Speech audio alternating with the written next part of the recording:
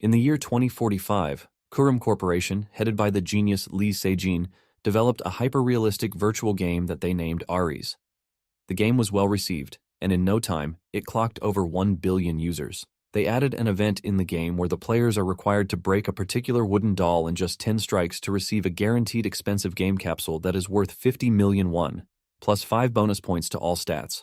For over a year since the game launched, no player has been able to clear the event. Even the game's customer care center is already scared that they are going to receive backlash with claims that the game added an impossible event that cannot be cleared. The relations officer is about to tender his resignation letter when an unknown player, obviously our MC, steps up to take on the challenge. Everyone doesn't pay attention to him until he whips out his sword to land a single critical hit that cuts the wooden doll in half. This shocks everyone since he is the first ever person to have cleared the event. The team leader immediately orders a background check on the dude, and they realize that the sword he used is an epic weapon, which is nothing too serious. This further increases their interest in him since he was able to take down the doll with an epic weapon. Earlier, before clearing the quest, our MC, Kim Hyun-soo, had woken up from a dream where his father was burning and he failed to save him. He meets with his friend, Kim Jae-hoon, in the hospital lobby. Hyun-soo wears a hat and even has a face mask on, basically to hide his face. Jae-hoon requested a meeting with Hyun-soo, and his friend soon teases him about being hot. Hyun-soo angrily opens his face mask to reveal the burnt scar underneath it. Jae-hoon then suggests that they move to the main topic of their discussion. He asks Hyun-soo if he knows about the game called Ares, but our MC has been living under a rock, and he has no idea what his friend is talking about. Jae-hoon tells him a quick summary about the game before revealing that there is an event in the game, which is meant for only beginners. Jae-hoon tells him that no one has succeeded in clearing the event, and this includes all the big names.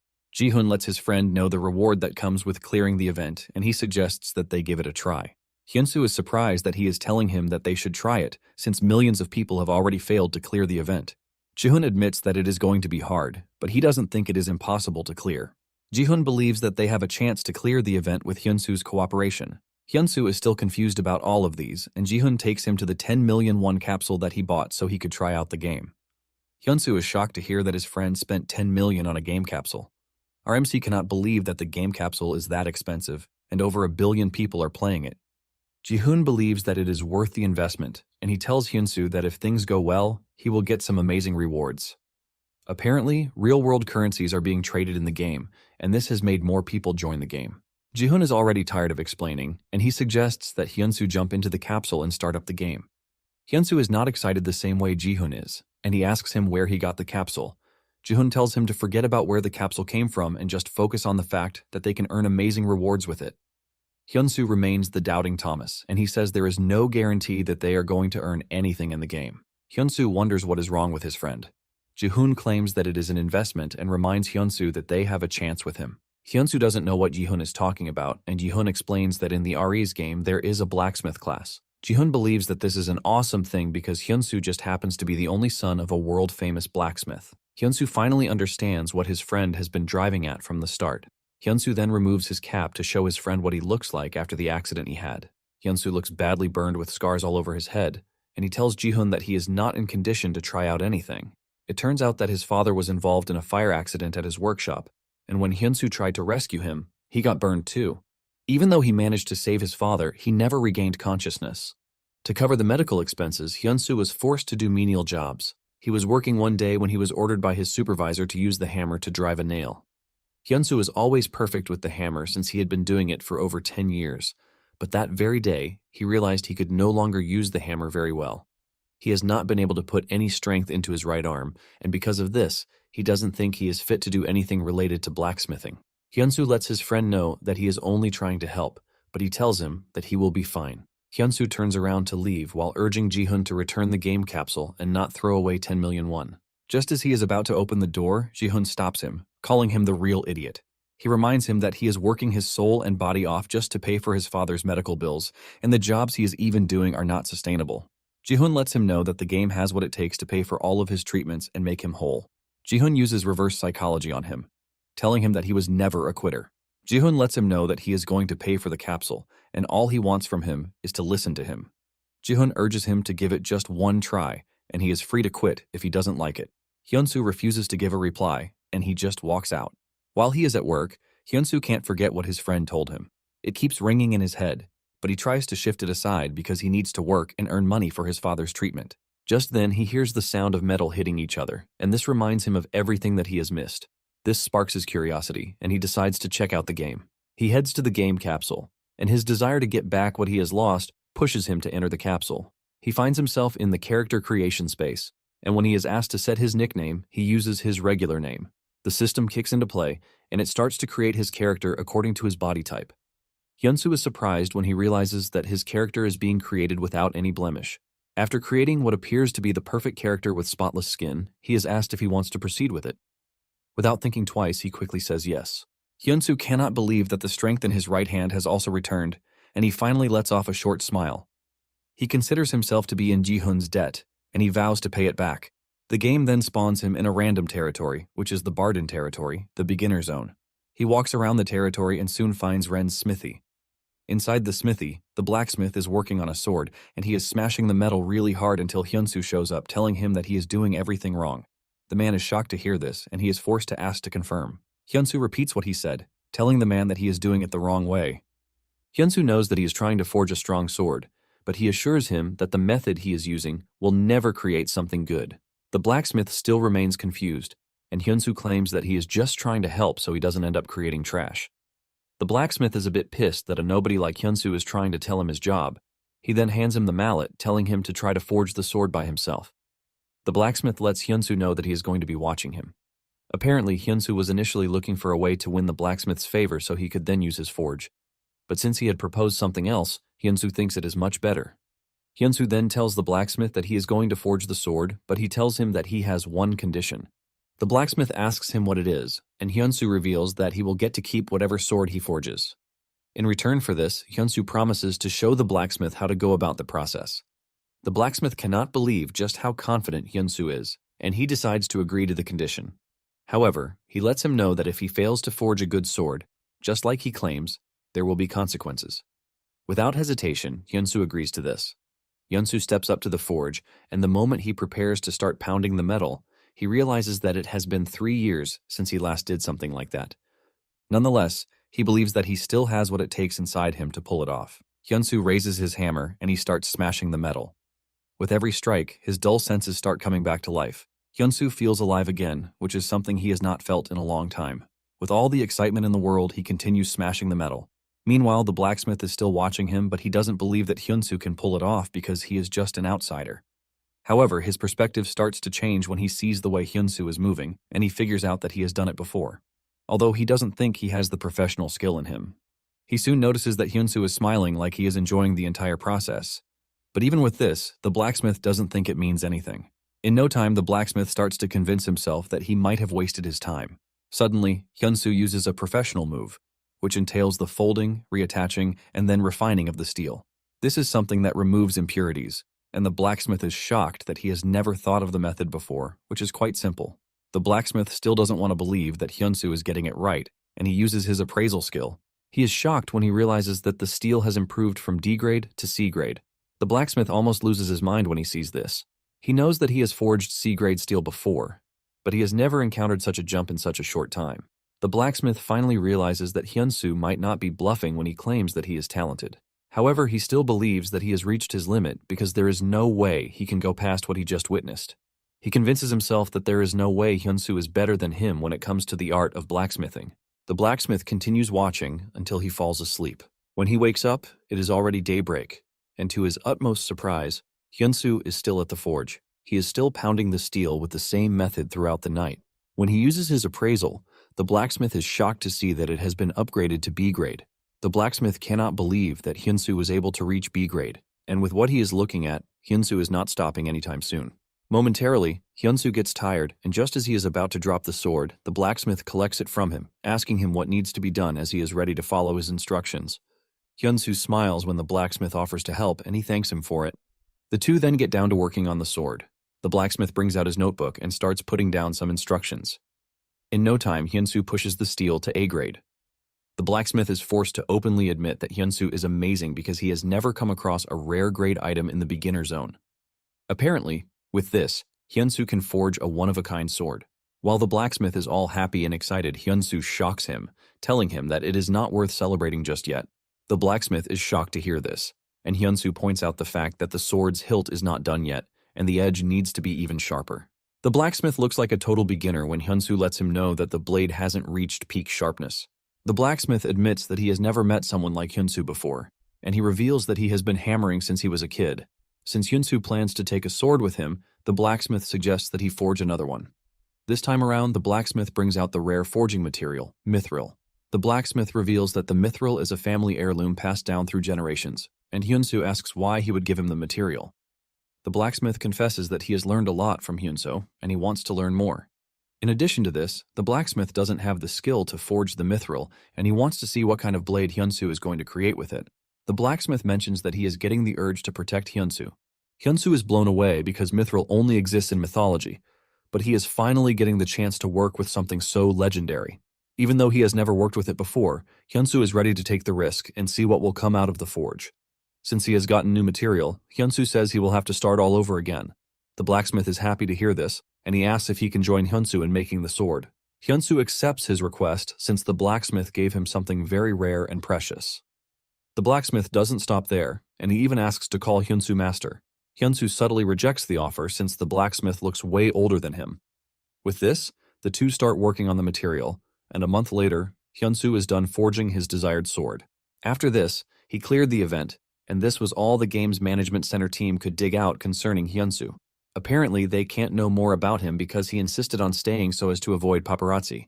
The team continues tracking him, and they soon find out that he has entered the hunting training grounds. At the entrance, the instructor tries to dissuade Hyunsu from entering, claiming that he is not strong enough yet and that he should hunt a rabbit first. Hyunsu insists that he wants to stay but assures the instructor that he won't waste his time. The instructor, Relson, then tells him to pick a sword, but Hyunsu coldly tells the instructor that he brought his own sword, and this is what he plans to use. Apparently, Hyunsu stayed in the beginner zone for a month just to acquire crazy enough skills. He managed to get himself the beginner zone's only epic grade sword, but he is still level 1. When the creator of the game hears this, he suggests that they leave Hyunsu so that they can see how far he can go in the game. The hunting grounds instructor cannot believe that a level 1 player is insisting on using his own sword. The instructor makes fun of Hyunsu for trying to become a blacksmith in the game. He then reveals that the hunting grounds are a dangerous place filled with monsters everywhere. The instructor claims that a trained swordsman is much better than a dude with trash equipment. The instructor's affinity for Hyunsu soon reduces, showing that he is starting to hate his guts. Hyunsu is not surprised by this since he receives the same treatment in real life. Just then, Hyunsu tells Relson to put him through the toughest course in the hunting grounds because he is trying to surpass the best swordsmen who have come through there. This further pisses Relson off, and he decides to teach Hyunsu a lesson by putting him through a trial. He tells Hyunsu to follow him so he can give him a special trial that he can face. Relson leads him to the goblin's cage and he asks Hyunsu if he is sure that he truly wants to take on the trial, and he says yes. Relson angrily tells Hyunsu that he is not allowed to set foot in the hunting grounds for a week if he fails the trial. However, Hyunsu further taunts the instructor, asking him if the third stage is all that is available because he plans to clear all the stages at once. The instructor almost bursts out in anger because of the things that Hyunsu is saying. Without hesitation, he angrily opens the cage to the fourth stage, where a level 15 mad goblin resides. Apparently, only a small number of people usually go past the third stage, and there has not been a single person who has passed the fourth stage. Just then, Hyunsu finds himself going up against terrifying goblins. Hyunsu remains calm as the goblins run at him. He aims his weapon perfectly, while waiting for the annoying goblin that is leaping toward him. With just a single strike, Hyunsu cuts down the goblin with the confidence that there is no weapon in the region that can defeat his sword. He manages to take down one of the swift goblins, but the other one manages to land a critical hit to Hyunsu's tummy. Hyunsu falls to his knees in pain, and the instructor is already waiting to use the "I told you so" phrase. To his surprise, Hyunsu endured the hit and the pain that followed it. Apparently, Hyunsu has built up endurance and stamina over the past month that he has been forging the sword. However, his agility is still lacking, since he has not gotten the chance to work on it. While he is still trying to cope with the pain from the hit, the mad goblin comes running toward him. The goblin looks absolutely terrifying as he brandishes his weapon, ready to take Hyunsu down. To make things worse, Hyunsu gets hit with a status effect that causes dizziness and vision reduction. The instructor is impressed that Hyunsu is able to withstand everything up until that point, but he still believes that it is really the end for him. Hyunsu now finds himself facing off against two goblins. Instead of panicking, Hyunsu focuses everything on trusting the weapon that he personally created. Hyunsu concentrates on all his senses, and just as the goblins are about to hit him, he cuts them down. This leaves everyone watching, including the creator, the management team, and the instructor. in total disbelief. The instructor smiles, and his mood finally brightens up when he realizes that Hyunsoo has something that no one else could.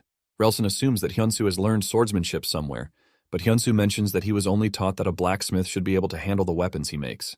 This is when Relson finally realizes what a true blacksmith he is, and judging by the wounds and scars on his arm, he realizes that Hyunsoo is not a pushover. Relson has no choice but to apologize for his behavior, and his affinity immediately jumps to the max level. Just then, Relson comes up with a ridiculous offer as he asks Hyunsoo if he is willing to become the Mad Lord. This is a legendary class, and when the management team hears this, they almost lose their minds. They cannot believe that Hyunsoo has just been offered a class that even surpasses the epic class of the Mad Knight. This is obviously a good thing, but once done, there is no going back on it. Basically, the Mad Lord is a glorious being who leads hundreds of Mad Knights, and he is considered the protector of the game world. Relson eagerly waits for Hyunsoo's answer, since it is a glorious offer, but surprisingly, Hyunsoo rejects the proposal, saying he is a blacksmith, not a knight. Those who are watching from behind the scenes smile when he says this, and even the instructor is pleased with Hyunsoo's answer. Hyunsoo thought his life as a blacksmith was over, but the game has changed things for him, and he is not ready to give up on his life as a blacksmith. Just then, the instructor hands him a letter of recommendation, telling him to head to the Lord's castle because there is someone of high importance waiting for him there. As a reward for clearing the 4th stage, Relson gives him the rusty old armor that belonged to the former Mad Lord. Even though the armor is rusty and old, Relson believes that Hyunsoo will be able to rejuvenate it and bring it back to life. Relson cheers Hyunsoo on, telling him to continue taking on other impossible feats because he is the only one who can. The management team is glad that Hyunsoo escaped a situation where he would have lost his potential. Apparently, there is a class that is known as the God of Blacksmiths, and this is the peak level when it comes to blacksmiths, and they are glad that Hyunsoo is still on the path to get there. After clearing the training ground, Hyunsoo is finally sent into the village to begin his real journey in the game. However, before he reaches the main stage, he logs out because he has things he has to attend to in real life too. Hyunsoo is relieved that he is already getting used to the game, but at the same time, his account balance is going down. He figures out that he needs to cover his father's hospital bills and the living expenses too. He gets a call from Ji-hoon, who asks him if he has managed to clear the training ground because he has been so busy with work, which is why he has not logged in for a while. Hyunsoo says yes, revealing that he just got a quest and he has also arrived at the territory village. Ji-hoon is glad to hear this, and he suggests that Hyunsoo check out the auction house. This is a place where he will find in-game essentials like gear and items that are sold for gold. Apparently, 10 gold equals 10,000 won, and because of the real money trading thing, most people are already treating it as their real job. Ji-hoon confesses that this is the real reason he pulled Hyunsoo into the game. Ji-hoon confesses that since he has been playing the game, he has never seen the type of amazing swords that Hyunsoo and his father make. Ji-hoon is glad that Hyunsoo has finally joined, because now they finally have a chance to start selling the best swords on the market. Hyunsoo is grateful for what his friend has done, and he thanks him. Hyunsoo then sits down to consume a bulk load of food because he is going to need his stamina to craft loads of items and sell them for gold. After this, he takes a jog while revealing his determination to make sure his father wakes up again. Later on, Hyunsoo logs back into the game. He connects to the auction shop and he is asked to enter a shop name so that he can list his items there. Hyunsoo then names it the Hyun's Forge. Hyunsoo suddenly finds himself in the sky in a place called the Forge of Power. The system informs him that he now has what it takes to access the auction board anytime and anywhere. Apart from his current sword, the Lightbringer, he only has one test sword that he made at the forge. He checks out other swords that are in the test swords category, and he realizes that they are all selling for at least 70 gold coins. Since he wants to make materials like the sword, and his friend told him not to price it too low, he decides to place the asking price at 100 gold coins. Hyunsoo puts the sword on the market and hopes for the best. He calls the sword Hyun's first sword, and players looking to buy a sword soon get a notification about the sword. The players are blown away that Hyunsoo made the sword when he had not been given a sword. Because of how impressive the sword is, the bid continues going up. At the Golden Shield Guild, they learn about the sword and the fact that it comes with an enhancement option.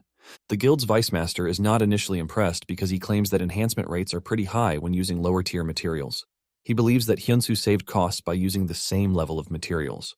The vice master admits that Hyunsoo is pretty wise to have given the sword a name, which is the first sword.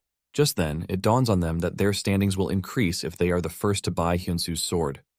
Without hesitation, one of the guild members, Blam, makes the move and buys the sword. Meanwhile, Hyunsoo is still worried that the sword might get sold when he gets the notification that his sword has been bought. Hyunsoo is shocked to see this, and when he checks the adventurer's logs, He realizes that his sword was sold for over 1,000 gold coins. Hyunsu almost loses his mind since 1,000 gold coins is basically 1,000,000 won in the outside world. Hyunsu smiles like a baby, and he realizes that he might have finally hit the jackpot.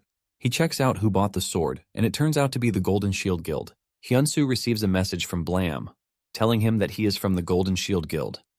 Blam lets him know that he is free to come over at any time because they are interested in talents like his. Basically, they are offering him an exclusive sales contract or guild membership if he wants it. Apparently, they are a blacksmithing guild, and they have over 780,000 followers. Ji-hoon once told him that it is harder to have followers than to level up because more players mean more profit. Hyunsu checks out his forge's followers, and he realizes that they are 82, but he continues receiving requests from several other guilds. Basically, blacksmiths are of more importance in the game than in the real world. After all, the game needs competent blacksmiths to help create weapons, gear, and other items. Even with all the tempting offers, Hyunsu doesn't think it is right for him to join a guild yet. This is because he has not even shown half of his skill yet, and to progress further, he heads to the Lord's Manor. Meanwhile, the Lord Barnes is trying to restore an important item, and one of his subjects tells him that they can only get a capable restorer in the capital. This is because the restorers are a proud bunch and would not want to travel down to Bardon. The Lord knows this, but he is not ready to leave his region and travel all the way to the capital. It turns out that the item he is trying to restore is a very important bow left behind by his father. In a shocking revelation, the dude, Bell, speaking to the Lord is a rogue player who is disguised as a blacksmith. He has been trying to gain Barnes's trust for over a week, and it is finally working. Bell tells Barnes that he is willing to help him take the bow to the capital to help restore it to its perfect condition. Just then, Hyunsu enters the room, ultimately ruining his plan by telling Barnes that the bow can be restored in the territory. Barnes is shocked to hear this, and he lets Hyunsu know that the bow is already burnt and badly damaged. Barnes is curious about who Hyunsu is, and he asks his guards. His guards reveal that Hyunsu came with a recommendation letter from Relson. Barnes is shocked to hear that Relson personally recommended someone to him. Barnes immediately becomes interested, and he tells Hyunsu to tell him his experience and ability. Hyunsu replies that he is still a level 1 player, and for his class, he is unemployed. Bell hears this and butts into the conversation, saying Hyunsu is nothing but a piece of trash. He claims that the restoration skill can only be learned by a blacksmith at level 80. Bell screams at Hyunsu, telling him not to meddle in the business that he has already set up. Hyunsu finally speaks, and he tells Bell that he is making a mistake about the type of bow it is. He tells him that it is a horn bow, not a recurve bow. Bell is utterly confused when he hears this, and Hyunsu tells the Lord that he has already gotten the backstory of what happened to the bow. Apparently, the bow was given to Barnes's father by an outsider, and it was something no one had ever seen before. Before Hyunsu can continue, Barnes cuts him short, telling him that he has run out of patience with outsiders lecturing on his family heirloom. Hyunsu finally points out the fact that the bow might have been given to his father by an outsider, but it was crafted in the territory. Hyunsu mentions that he saw a buffalo drawing on the wall while he was entering the hall, and in his world, buffalo horns are special materials.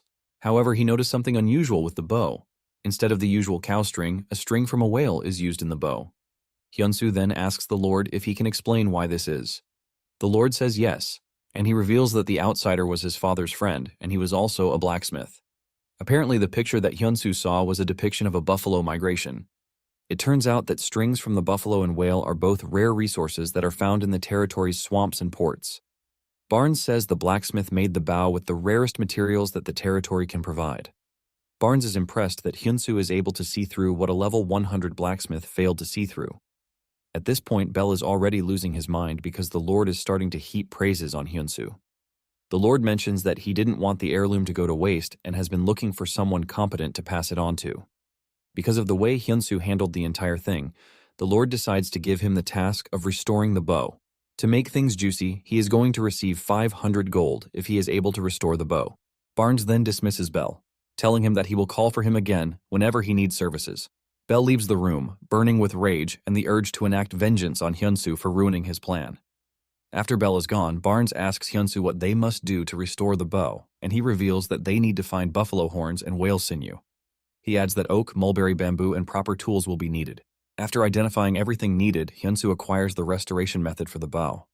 The system lets him know that the items will be destroyed if the restoration falls below 70%. Hyunsu touches the bow, and the memory of him and his father working on a bow together comes flooding in. Tears drop from his eyes as the sweet memories keep flooding in.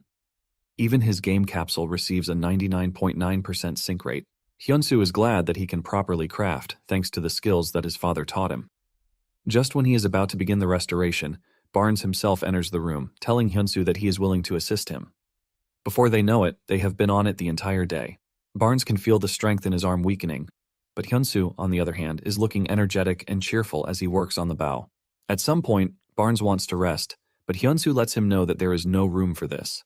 He reminds him that the reason he started coming to the workshop to help is to personally restore his family's heirloom. Barnes agrees with Hyunsu and reveals that the bow is the only item carrying the memories of his father. Barnes then points out the fact that Hyunsu enjoys working on the bow, and Hyunsu confirms this, saying he has many precious memories about working on a bow. The two continue working on the bow, and before they know it, 20+ days have passed since they started. Alas, they reached the final day, and they were able to completely restore the marksman's horn bow. The system shows the incredible stats of the bow, and it turns out that it has been more refined than the original. With this, a mysterious outsider gave the Lord's family a bow again, and Barnes knows fully well that his father is going to be proud. They take the bow outside, and Hyunsu tells Barnes to test out the bow to see if it feels the same, just like he remembers it. Barnes fires the bow, and it releases so much aura that it destroys the target. Barnes then tells Hyunsu that it doesn't feel the same, and Hyunsu already fears that he means this in a bad way. However, Barnes clears the air with a bright smile, saying the bow feels more superior to what it was before. With this, Hyunsu completes the bow restoration quest with a result that exceeds 100%. Because of this, his intimacy with Barnes reaches the maximum level. Hyunsu heaves a sigh of relief that everything turned out so well. Barnes thanks Hyunsu because he can finally return to his duty. Barnes then mentions that the promised 500 gold coin reward is too small, and because of this, he increases it to 2,000 gold coins. In addition to this, he gives Hyunsu free access to the forge. Hyunsu is blown away when he hears that this is enough money for him in real-life currency. While he is still celebrating, Barnes asks him if he is interested in learning swordsmanship. Barnes reveals that before he became the Lord of the Land, he was a swordsman, and his sword art is the secret sword art that subdued the endless waves of monsters and brought stability to the territory. Barnes admits that Hyunsu is a worthy and capable blacksmith, but he can also see another great potential in him, which is the talent of a swordsman. He initially read this in Relson's recommendation letter, but he has managed to confirm it from the amazing display of strength that he has shown. Because of this, Barnes is willing to share some of his swordsmanship knowledge with Hyunsu. The system then displays the skill quest for Hyunsu to view. Apparently, the prime sword art is a grade B sword art, and Hyunsu is going to get 80% proficiency after training. Barnes lets Hyunsu know that he is about to go under intensive training, just like he made him do while they were in the workshop. A month after this, Hyunsu has worked on a gakgung, which is for his personal use.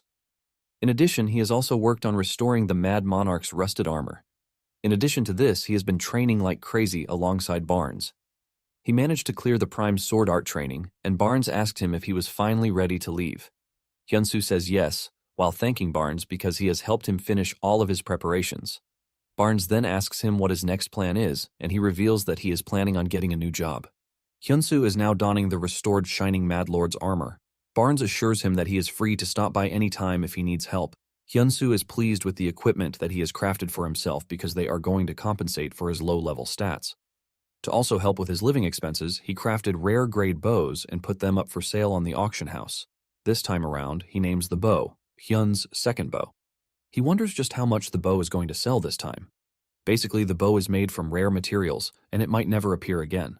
The Golden Shield Guildmaster, Rune, soon learns of the bow, and he realizes that Hyunsu has made something unbelievably incredible. This is because Hyunsu was able to craft the incredible bow using low-grade materials. Apparently, there is a saying that the game often bestows upon players a befitting job, skill, or title. They perform in such a way that moves the game's AI Rune, then assumes that Hyunsu holds a legendary blacksmith, just like the #1 blacksmith named Smith. When the final bid finally came in, the bow sold for over 2,000 gold, shocking Hyunsu. He can't believe that people are willing to pay such a ridiculous amount of money for a bow. In addition to this, he has amassed over 3,000 followers. Coming in with the followers are hundreds of guild requests and crafting requests that Hyunsu himself can't even keep up with. After he rounds up the sales, Hyunsu prepares himself to head into the Holy Land of the Blacksmiths, also known as the Tower of Blacksmiths. Momentarily, he arrives at the majestic Tower of the Blacksmith, and Hyunsu is blown away by the design. He arrives at the entrance to find a giant lock with a seal on it on the door, and he starts to wonder how he is supposed to enter the tower.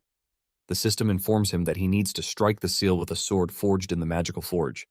Before doing anything, Hyunsu checks out the padlock and he realizes that it is a rock, and an igneous rock to be precise. Hyunsu is still wondering where the magical forge is when he is suddenly teleported into the forge. The system informs him that he is liable to receive training to craft the sword he needs for the test. In addition to this, materials and tools will be given to him without limits. He also learns that the crafting time is significantly reduced compared to a normal smithy. However, whatever sword he crafts in the forge can only be used for the test and nothing else.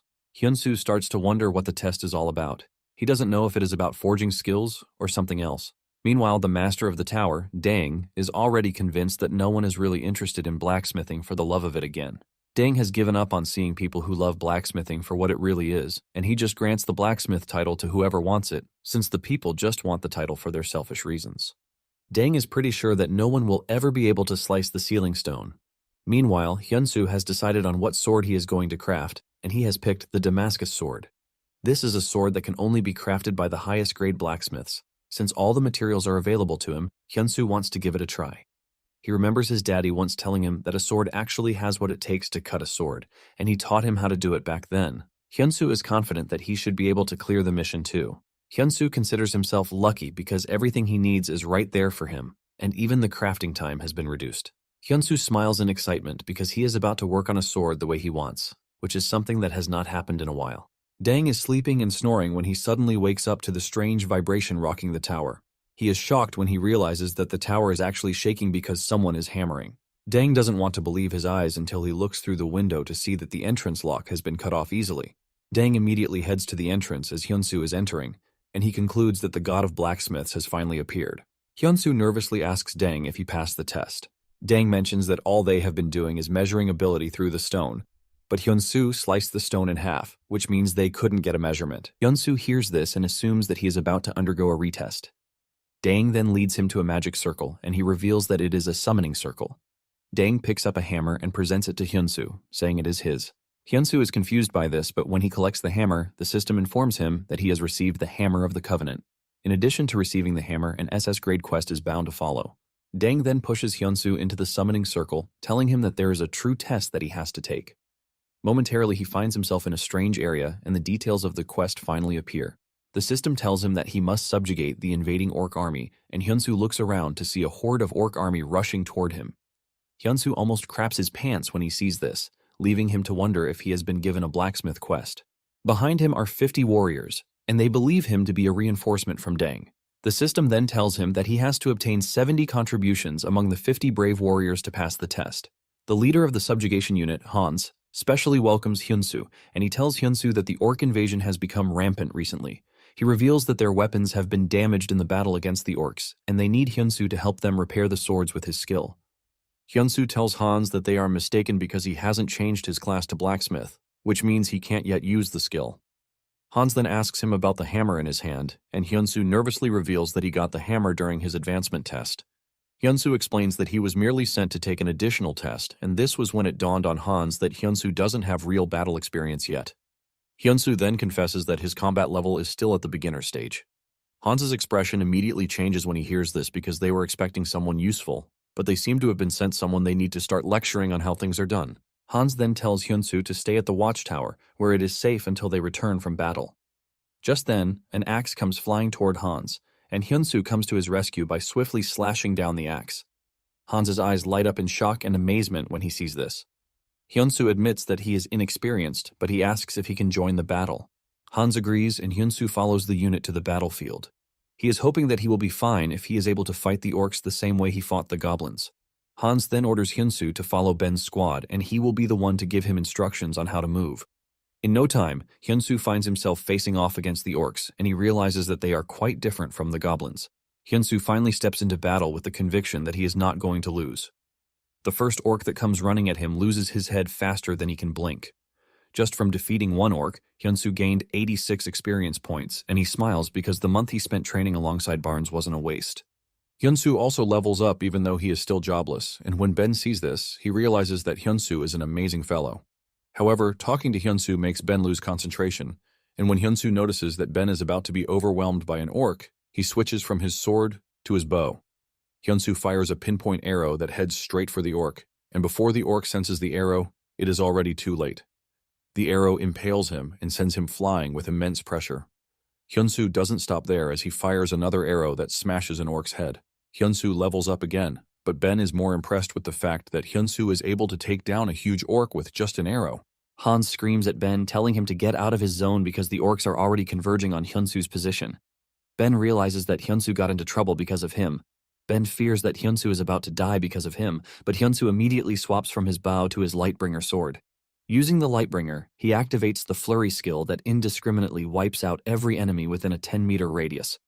The sword kicks into play, and Hyunsu easily cuts through the orcs that have surrounded him. He also levels up from this, and he managed to reach a 19% contribution. Seeing this, Hans is confident that they are going to be able to win the war as long as they have Hyunsu by their side. Hans then screams out so that his soldiers can hear, and he tells them they finally have a chance to defeat the orc unit, which is something they have never been able to do in the past. As the fight continues, the squad's morale also increases, and Hyunsu already sees himself as a member of the unit. Hyunsu continues fighting, and when he reaches 20% contribution, he realizes that his contribution is progressing a bit slower. Just then, the system informs him that he is defeating orcs faster than everyone else, and because of this, he has unlocked another chapter that has never been opened before. Momentarily, they encounter a level 51 orc warrior. When Hans sees this, he becomes concerned, and he immediately orders his men to stop advancing. It turns out that they have tried several times, but they have never been able to defeat the orc warrior. However, things are not looking good for them because they are surrounded by the orcs already. Hans fears that his overzealousness has caused him to go deep into enemy territory. Just then, Ben encourages the warriors, telling them that they are going to defeat the orcs. Hans agrees with him because they are tired of getting bullied by the orcs. Hans is staying on a hillside, and he notices that the team is rushing in to attack the orcs. He decides to cover them using his bow from where he is. He fires an arrow at the orc warrior, aiming directly for his head, but the arrow bounces off the orc's helmet. Seeing this, the team realizes that they might have to retreat to re-strategize. However, Hans makes a daring move to attack the orc warrior, and this leads to him losing his proficient hand. Hans finds himself at the mercy of the orc, and Hyunsu comes rushing from behind while calling his name, hoping that he stays alive. In no time, they find themselves surrounded by the orcs. Hans is badly wounded, but he is safe with the soldiers.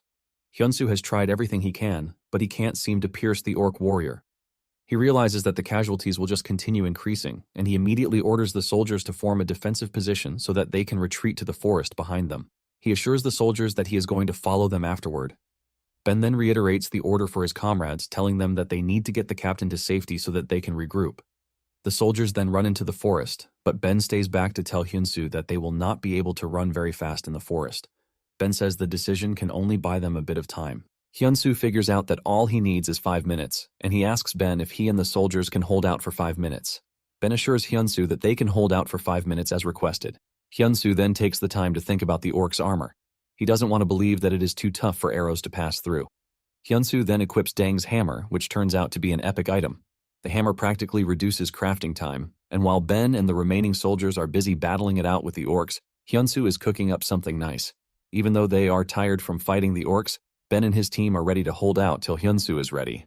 Ben is bleeding all over, but he keeps pushing himself forward with the idea that they only have to wait 5 minutes. Just then, Ben finds himself in the presence of the orc warrior, and just as he is about to be killed, a powerful projectile comes flying toward the orc warrior. The projectile hits the orc warrior with enough force that it shatters his armor and cleanly passes through his body. Blood spills everywhere, leaving Ben confused. He turns around to see Hyunsu standing in the distance with a powerful signature aura swirling around him. Hyunsu aims another round of projectiles at the orc warrior, and this time around the projectile smashes his head, causing him to crash to the ground. Ben is utterly blown away when he sees this, and when he takes a closer look, he realizes that Hyunsu has equipped another item on his bow.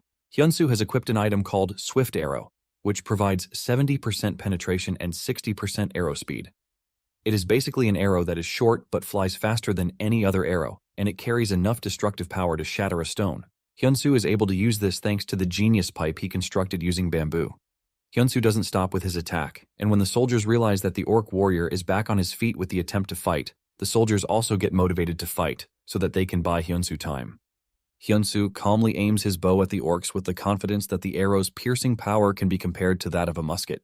He fires another round of the arrow, and this time around, he cuts through the orc warrior's neck, ultimately defeating it. Hyunsu finally gets the notification that he has defeated the orc warrior. Hyunsu then gets a ton of notifications about leveling up. Because he killed an orc warrior, he is given the title Orc Slayer, which increases his attack power against orcs by 15%. To make it sweeter, orcs will now fear his presence. The other orc warrior senses the terrifying power that just slain his friend and immediately drops his weapon to run away.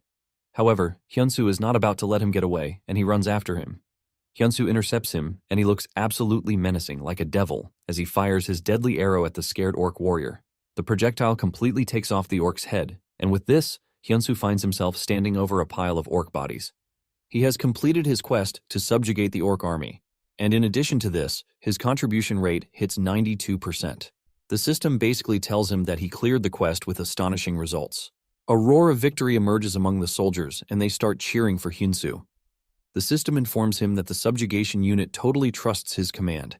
He is given a hidden piece as someone who leads the battlefield, and for this, he gets a special effect, which grants him 10 charisma points. Ben helps Hans up, and he carries him to where Hyunsu is. Hans thanks Hyunsu from the bottom of his heart because he never thought they would ever be able to defeat the orcs in his lifetime. Hans hits his chest with his severed arm as a sign of respect, and the other soldiers follow suit. Hyunsu also returns the gesture by placing his hand on his chest while thanking the soldiers. With this, Hyunsu completes his trial, and he heaves a sigh of relief before looking to the sunset as he prepares to finally return to the blacksmith's tower. However, the question of how he is going to return to the tower remains. Apparently, the Council of the Blacksmiths, headed by Deng, has been looking for a worthy blacksmith who will wield the powerful sword they have. They just can't give it to anyone since most blacksmiths now care about money rather than giving out perfection. However, they believed in the prophecy that a successor to the blacksmith god would appear to bring prosperity to the clan again. Deng now believes that he has found the right person, which is why he called together the other blacksmith lords to the central tower.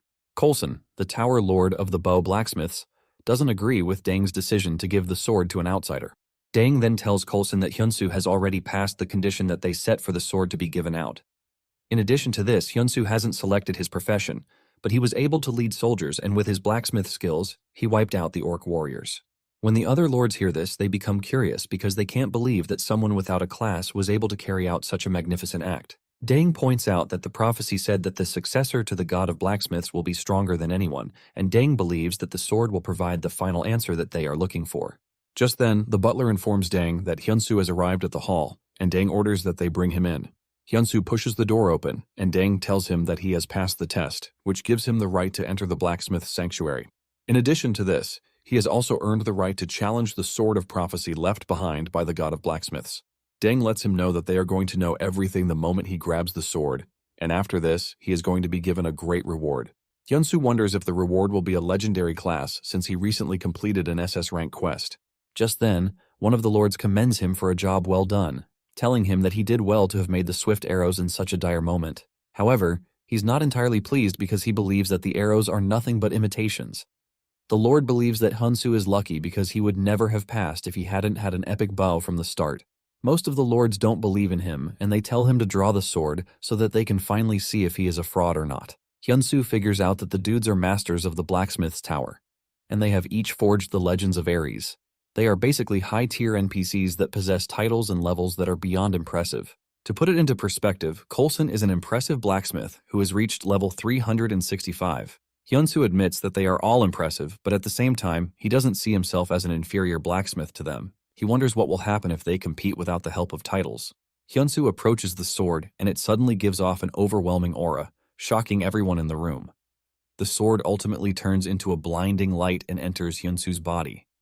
Hyunsu doesn't know this, and he remains confused, wondering where the sword disappeared to. Deng already figured out what just happened, and he is pleased that his suspicions were all correct. Deng bursts into loud laughter, saying he finally understands what it means for the prophecy to be fulfilled. All they have been doing is creating rituals and procedures without doing the right thing. Coulson is pissed, and he doesn't want to accept the fact that Hyunsu might be the successor. Hyunsu soon gets the notification, congratulating him that he is the game's first god class. Coulson cannot believe that a trash foreigner has been granted the god class. Without holding anything back, the system immediately promotes Hyunsu to the god of blacksmiths. Hyunsu is a level 10 player, but he has attained the god of blacksmith class already, and to make it lovely, he is the first. Unlike the others, Deng is behind him, and he is excited that Hyunsu was able to pull it off. In addition to the class, he is given an SSS rank title, the God of Blacksmiths. The title allows him to break material level restrictions whenever he is crafting. Whenever he is also crafting artifacts, his mastery increases depending on the type of material. Basically, he is going to become stronger than anyone in a blacksmith class. The system then informs him that the sword trial will begin once he reaches level 100. While the other lords are already closing in on accepting the decision, Coulson screams out in anger, saying he is not ready to accept. He tells his comrades that they can't choose the god of blacksmiths just because the sword did so.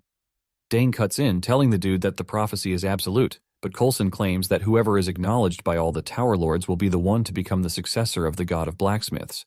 Since this is also part of the prophecy, Coulson angrily uses the loophole to challenge Hyunsu to a blacksmith's duel. Coulson assures Hyunsu that he is going to accept him as the real deal if he manages to defeat him in the duel.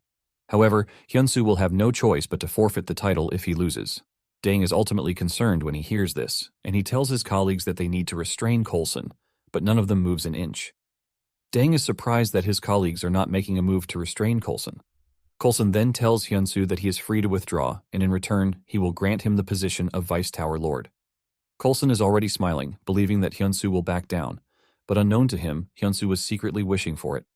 Without hesitation, Hyunsu accepts the duel, since a blacksmith's duty speaks through their skill. The system then generates the quest of him going up against Coulson in a duel. Coulson then informs him that a blacksmith duel is different from that of a knight. He lets him know that the items that they pour their souls into making at the forge determine the winner. Apparently, they are going to strike the sword that they make against each other, and whichever sword breaks first loses. Coulson reveals that there is a high-grade smithy prepared inside the hall. Coulson believes that Hyunsu should be able to forge a sword in one day since he now has the blacksmith skill. Coulson laughs at Hyunsu, saying he will only be able to pull this off if he is truly the god of blacksmiths. With the challenge set, Coulson leaves, promising to see Hyunsu the next day. After Coulson is gone, Dang reveals his worry that Hyunsu accepted the duel without thinking twice. Dang explains that Coulson is an exceptionally skilled blacksmith, even among the Tower Masters. Dang says Hyunsu still needs the time to grow, even though he has acquired the god's skill. Hyunsu reveals that he would have been doomed to lose the duel if he hadn't changed his class. Hyunsu knows that Coulson must have acquired impressive and special abilities since he is a Tower Master. However, his decision to change to God class immediately took away the gap between them. Basically, the difference will now be determined purely by skill. This is because of the new skill he obtained. The new skill is called God's Custom-Made Creation. This is a skill that allows him to make any artifact that he wants. In addition to this, he can then imbue the artifact with whatever effect he wants. The higher the grade of the effect, the more difficult it is to craft. However, the effect value is granted at 100% depending on the crafting technique that is employed. Meanwhile, Coulson has also entered his smithy to work on his desired sword. He considers himself the chosen one since he inherited his blacksmithing skill from his father. However, he later met a master whose skills were greater than his own, and this is why he stopped forging swords and ultimately became the Tower Master of the Bow Blacksmiths. Coulson was resentful that he met someone greater than him, but he had no choice but to accept the reality of things. However, he can never accept the decision of bringing someone from an unknown origin to become lord over him. Fueled with rage and determination, Coulson pounds the steel he is working on with precision and power. At the same time, Hyunsu is also working on his sword. It is known that the process of imbuing artifacts with abilities and effects is based on the fundamental principle that gaining one thing means losing another. Dang figures out that Hyunsu will have to max out the strength of the sword to get a bit of an advantage in the duel. And to achieve this, Tower Gods usually craft at the highest possible grade. Dang is worried that Hyunsu might not be able to achieve this, since his strength and stats are merely at the rare grade level. However, Dang wonders what is going on inside Hyunsu's head as he crafts his sword. After a long night, the long-awaited hour for the duel finally hits. Coulson and Hyunsu are present in the hall, and the other Tower Lords are also present as witnesses. Coulson laughs at Hyunsu and says he has managed to cook up something overnight, which is why he didn't run away. Coulson smirks at Hyunsu, saying he would like to see if his skill matches one who is worthy of being the successor of a god. All while he is boasting, Hyunsu remains silent. Coulson then pulls out a beautiful sword from his sheath and introduces his sword as the Black Knight. It is a unique sword that boasts 12,000 points to its durability level. It also has a passive skill called the Weapon Breaker. Dang is not surprised when he sees this because Coulson's skills are not to be joked with. Dang is impressed that Coulson was able to create a flawless and unique grade dueling sword overnight. Coulson smiles evilly because he is pretty sure that his colleagues can see the perfection that he has managed to create. This is a sword that he has imbued with his family's tradition and secret techniques. After Hyunsu is tired of Coulson's brags, he finally pulls out his sword. Coulson almost loses his mind when Hyunsu is about to pull out his sword. Even Dang waits in anticipation for Hyunsu to pull out the sword. However, they are all hit with disappointment when they see the sword that Hyunsu made. The sword is nothing more than a rare grade sword that has just 1,000 points of durability. The other tower gods are also disappointed, and they have already made up their minds that Coulson was right after all. Coulson smiles evilly because he is confident that he is about to trash Hyunsu and put him in his place. Coulson makes the first move as he rushes toward Hyunsu so he can finish him off once and for all.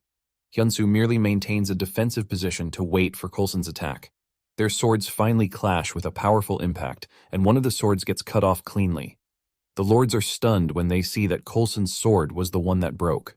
Coulson cannot believe his eyes as he looks at his broken sword lying on the ground. He is forced to ask Hyunsu how he was able to do it. Hyunsu then reveals that swords cannot be judged by their grade alone. It turns out that Hyunsu's sword has an active skill that prevents it from being broken unless the durability points reach 0. And with the single strike that they hit each other with, it only removed 100 points from the sword's durability.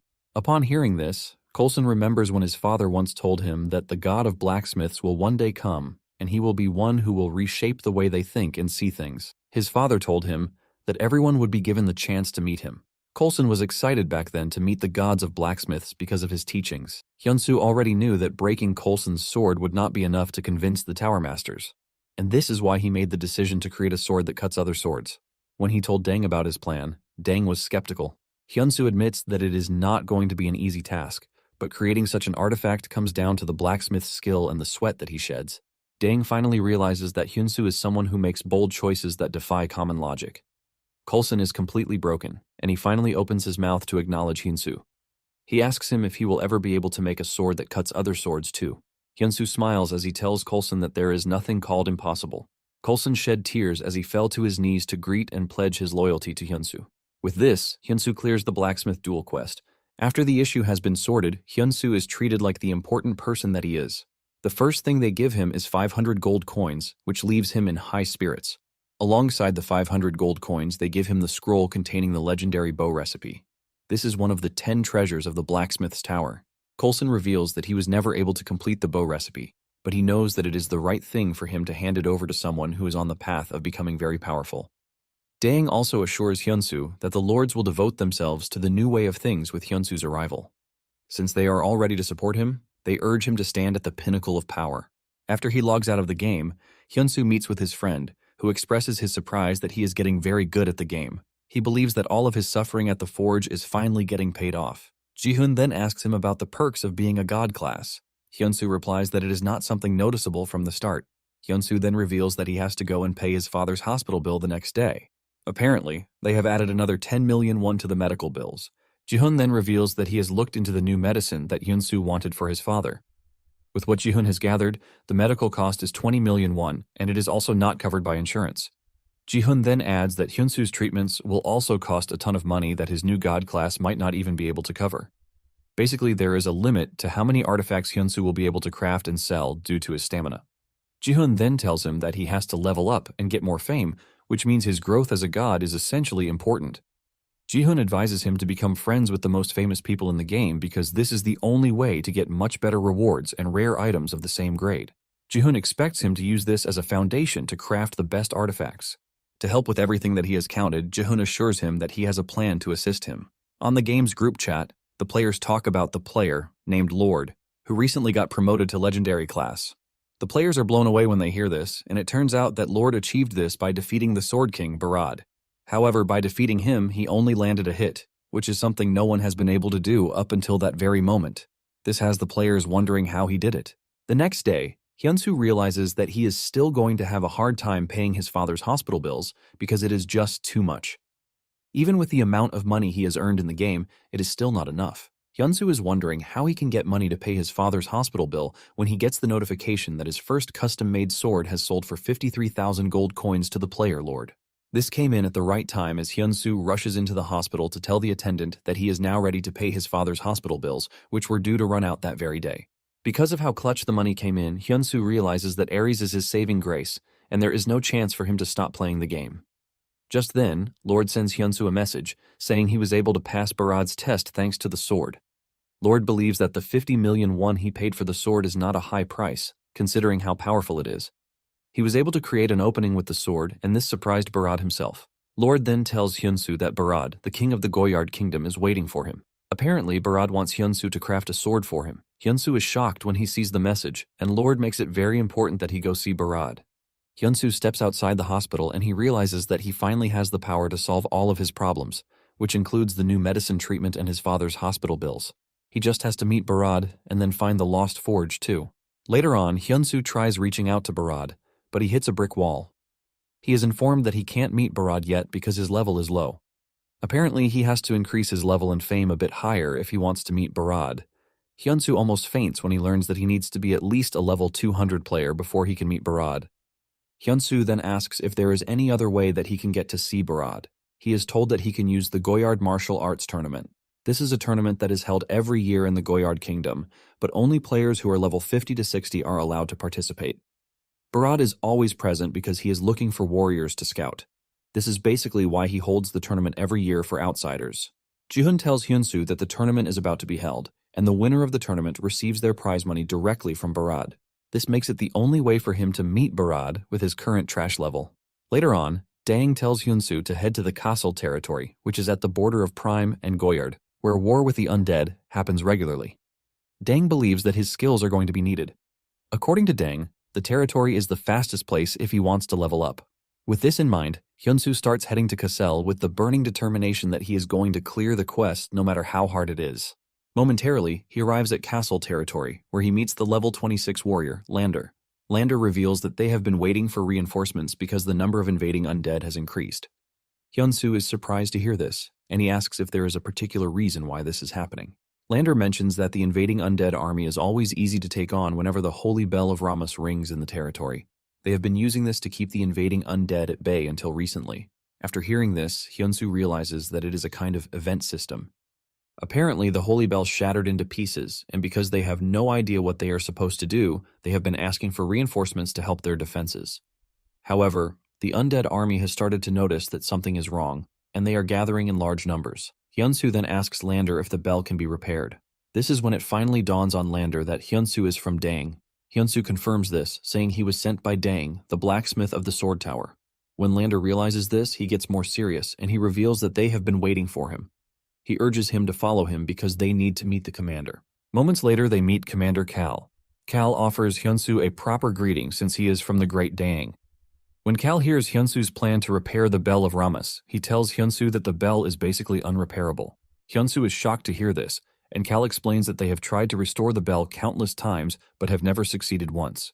Everyone who has tried has come to the same conclusion that the bell is an irreparable artifact. However, there is still one of them who is still in Castle, and they are looking for a way to repair it. Even though the said person is trying her best, Cal believes that it is nothing but a waste of time. Apparently, the smith is already at level 290, but they were not able to do it. Cal then asks Hyunsu about his level, and Hyunsu reveals that he is still on level 13. The commander and his subordinate are shocked when they hear this. Cal then humbly tells Hyunsu that it would be better for him to find someone of his level to help because the territory is on the brink of destruction, and they can't afford to waste a second. The commander is still telling Hyunsu how he needs to protect the territory when a soldier comes running over to tell him that the undead are invading the eastern wall. Basically, a horde of ghouls is swarming into the area. Cal immediately tells his people how essential it is that they defend the main gate. As Cal is about to leave, he calls Lander with him, and he tells Hyunsu that everything that he has told him so far is a secret that must not get out. Hyunsu assesses the situation and believes that he might be able to pull off the quest, the same way he did with the orcs. The quest officially opens, telling Hyunsu to defeat the invading ghouls and protect the castle gate. Just as the soldiers reported, the undead army has started climbing the walls in large numbers. Hyunsu joins the fight as he aims his bow at the invading undead army. Lander tells him that the undead soldiers are hard to kill without a weapon imbued with holy power, which is why they need to aim for the same spot multiple times to effectively end them. However, Hyunsu shows him just how effective he is when he takes down a ghoul's head with just a single shot to the head. Lander is shocked to see this since there is no holy power in the weapon that Hyunsu is using. Without holding back, Hyunsu continues firing his weapon at the annoying undead monsters. Hyunsu alone is able to deal so much damage to the undead army that it breaks down their formation. Hyunsu pushes them back, giving the soldiers breathing space. The soldiers waste no time as they start cheering for Hyunsu. Even Lander is excited, and he confidently tells the undead army that they are done for. Hyunsu heaves a sigh of relief because things are going much easier than he thought. Suddenly, things go south when a giant siege ghoul appears. The system gives him the new task of defeating the terrifying monster. With just a single step, the giant ghoul is able to wipe out a bunch of soldiers. The ghoul is so big that its height overshadows the castle walls. The soldiers start screaming in fear, and they conclude that Cal might be their only hope. However, this is no-go area because Cal is busy defending the gate and doesn't have the luxury of sparing any of his men. Lander sees this and realizes that the walls are going to be crushed. Just then, Hyunsu says he is going to draw the ghoul's attention. Lander is still asking how he plans to do this when Hyunsu leaps off the wall and charges toward the giant ghoul by himself. Lander tries to stop him, telling him that it is dangerous to go alone, but there is no stopping Hyunsu. He switches from his bow to his sword, and he jumps down the castle walls to find himself facing the giant ghoul. Since his mission is to defeat the giant ghoul, this is exactly what Hyunsu plans to do. Hyunsu dashes toward the giant ghoul, and this is enough to get its attention. The ghoul chases after Hyunsu, and it turns out that his plan to lead the ghoul away is working. However, Hyunsu finds himself in a tight spot, where he is trying hard to stay alive because the giant ghoul is pretty fast. Since the giant ghoul is pretty stubborn, Hyunsu swaps weapons again. Once the ghoul reaches him and stands directly above him, Hyunsu fires the bow with the confidence that the ghoul is done for. The arrow travels at a blinding speed and it hits the ghoul right on the head. The ghoul screams out loudly, but by the time the ghoul turns to look at Hyunsu, he realizes that his high-powered arrow was not able to do anything against the giant ghoul. The ghoul angrily kicks Hyunsu before he gets the chance to react. Just one kick from the ghoul ultimately drops his health points below 10%. As he is thrown to the ground, Hyunsu is informed by the system that he will be automatically logged out of the game once his HP hits 0%. Hyunsu is pissed off by this because he is not ready to go out in such a trashy manner. Hyunsu manages to get himself off the ground because he is not ready to suffer a forceful exit from the game. He knows that he is going to lose his chance to participate in the Goyard martial arts tournament if this happens. And if this happens, his father's hospital bills and his own treatment, and even his plan to take back the blacksmith shop, will all be impossible to achieve. Hyunsu is bravely determined to change his reality, which is why he started the game in the first place. And because of this, he can't afford to give up. Hyunsu grabs his bow and he fires another round of arrows into the ghoul's leg. This is enough to cause it severe pain, and it screams out loudly. The ghoul gets angrier as he starts moving toward Hyunsu. At the same time, Hyunsu's health points drop below 3%. But even with this, Hyunsu is not ready to give up. Hyunsu pulls his bow to the limit, and just when he is about to fire, the string snaps and it breaks. Hyunsu finds himself at the mercy of the ghoul. Before he can do anything, he is smashed by the ghoul's giant hand, and this drains his HP to 1%. Hyunsu suddenly finds himself in a weird space, and he starts wondering if he has finally reached the end. However, Hyunsu still doesn't want to give up. He raises his hand as if he is trying to reach for a ledge to help him up. Just then, the system informs him that he has met the special condition needed to acquire a new skill. Apparently, this happens when a god blacksmith's health points go below 5%, but they have a strong desire to fulfill. The new skill he got is the god's emergency crafting, which allows him to begin emergency crafting. The only condition is that he has to craft the weapon within 20 seconds. In addition to this, he can only use the weapon for 30 seconds. Hyunsu realizes that he finally got the chance he was praying for. Since he is looking for a way to clear the quest, he grabs the hammer and the materials he needs. While doing this, his 20 seconds are already running out. Hyunsu quickly gets to work, and he pounds the steel aggressively. Just before the time runs out, Hyunsu completes the crafting of his desired weapon. Hyunsu is transported back to the battleground, and he immediately swings his weapon at the giant ghoul. This delivers a powerful clean cut through the ghoul's body. Hyunsu lands on his knees after the powerful strike, and the ghoul crashes to the ground. Hyunsu's face lights up in hope and happiness when he realizes that he managed to do the impossible. The system informs him that he has defeated the ghoul, and because of this, he gained a ton of experience. However, he loses consciousness before he gets the chance to celebrate. Lander comes rushing toward him while calling his name frantically. The next morning, Hyunsu regains consciousness, and he asks the soldiers how much time has passed since he went out cold. He is also worried about the ghoul, but suddenly, he hears the soldiers screaming and cheering his name. They call him a hero, but Hyunsu remains confused until Cal shows up to tell him that they survived because of him. Cal wants to know how Hyunsu did it, but he finds it hard to explain it to him. He knows that no one would believe him even if he tries to explain it. What he did was to craft a weapon which has divine power in it while they were under attack. Cal then tells him that he has no reason to be modest because he deserves all the attention and love. Basically, ghouls are vulnerable to holy power just like ghosts. This is why Hyunsu forged the Four-Seal Sword, because it has the power to drive away evil spirits. This is all thanks to his father for telling him when he was younger. Hyunsu is glad everything worked out well. He also likes the skill that he used, but it is sad that it is just a one-time use. Cal then tells Hyunsu that it is time he takes his reward. Cal hands him the pouch of money, which turns out to be 2,000 gold. As usual, Hyunsu is blown away, and he happily accepts the reward. Cal then apologizes for the way he treated him. Hyunsu and the other soldiers are shocked when they see the commander bowing to Hyunsu. Hyunsu quickly tells the commander that there is no need for him to apologize. In return, Hyunsu thanks the man for acknowledging him. The two hold hands, and this brings the spectating soldiers to tears.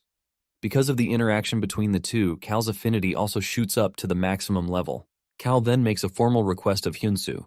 He begs him to repair the Bell of Ramas. Because Cal felt divine power in the sword that Hyunsu used in defeating the ghoul, Cal is confident that Hyunsu can pull off the repair. Hyunsu lets Cal know that he would have loved to help, but he needs to get to the Goyard Kingdom as fast as possible. This is when Cal reveals something shocking, telling Hyunsu that the Lord has a legendary mineral. Cal lets him know that the Lord might be willing to give him the mineral if it helps fix the bell. This is enough to catch Hyunsu's interest, and Cal leads him to where the broken fragments of the bell are. Hyunsu is shocked when he realizes that the bell is completely shattered, not slightly broken or anything close to it. Cal smiles at him like a good puppy, asking Hyunsu if he will be able to fix the bell. Hyunsu nervously says yes, but deep down, he is worried about the restoration process.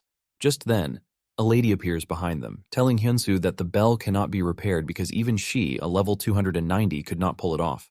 The lady stands in front of Hyunsu with a deadly stare, and she concludes that Hyunsu is nothing but a fraud. Earlier, a woman named Belle, the team leader, announced she was leaving the guild. The master of the Golden Shield Guild, Rune, asked her in shock why she was suddenly resigning and whether she didn't care about everything she had built so far. She replied that she was tired now. Rune tried to persuade her to stay, saying that if she could bring in the blacksmith Hyun this time, things would get better. But she angrily retorted that this was exactly the problem, asking him how they could offer 500 million a year to a random player. Rune argued that the blacksmith Hyun had sold his first crafted sword for 50 million won, and that, if they could recruit him, the guild would rise quickly. Belle reminded Rune that the blacksmith they had brought in before was just an external source, and the one who came after took the deposit and ran. She added that another blacksmith won the lottery and disappeared, and continued to list the failures. Belle asked him to stop, explaining how difficult it was to clean up all this mess, and insisted that he not try to stop her. Rune reluctantly agreed to her decision, but assured her that he would always keep a place for her if she decided to return. At the castle, Belle arrived to find the village in ruins and wondered in shock how a village like this could disappear. She thought that this was the place that had shown her the people here were not just non-player characters, but real people like her. Belle believed that if they could just fix Rama's bell, perhaps they could stop all this destruction. She decided she needed to go and check the bell again. When she reached the bell room, she was surprised to find Hyunsu there. She accused him of being a fraud. Hyunsu replied in confusion, asking who she was to say that. She answered that she was a blacksmith of a much higher rank than him. Captain Carl intervened and asked everyone not to fight. He introduced Belle as the advanced blacksmith he had mentioned earlier, and introduced Hyunsu as the person who had helped eliminate the ghouls. The captain cheerfully added that, on top of that, Hyunsu now said he would fix the bell. Belle wondered to herself how a level 38 player could help eliminate ghouls and now claim to fix the bell. Belle accused Hyunsu of trying to take advantage of the deteriorating situation in the castle region. Hyunsu, tired of her rant, asked her what she had been talking about since she arrived. He then ignored her and began to examine the bell fragments, wondering if they had changed in some way. A system window appeared confirming that Rama's bell was imbued with holy power, was completely destroyed, and that repair was impossible. Hyunsu concluded that there was no chance of repair through traditional methods. He then took a hammer and struck one of the fragments with force. Belle screamed in terror, telling him to stop. Hyunsu spoke calmly and explained that restoration was indeed possible. Belle angrily asked him if he didn't understand the meaning of unrepairable artifact. At that moment, a soldier rushed into the room shouting for the captain and told them that the undead were pouring in massive numbers. Everyone was shocked. A system window appeared, and Hyunsu initially thought it was a new quest, but he realized it was an update notification. The notification announced that the castle region update had begun and that after the update was complete, the updated region would be created. They realized the region was turning into a land of the undead. Belle believed this was the end, but Hyunsu corrected her, saying that if they made the bell, they could stop it. Belle described his words as impossible, but Hyunsu insisted it was possible. He then turned to Belle and asked her directly if she wasn't the one who wanted to protect it. Belle admitted that Hyunsu was right but wondered how to do it. Hyunsu asked her to follow him, adding the shards of Rama's bell to his inventory. Hyunsu enthusiastically declared that they would protect this place together. Captain Carl told Hyunsu that he was counting on him to repair the bell and that he would hold them off for as long as possible.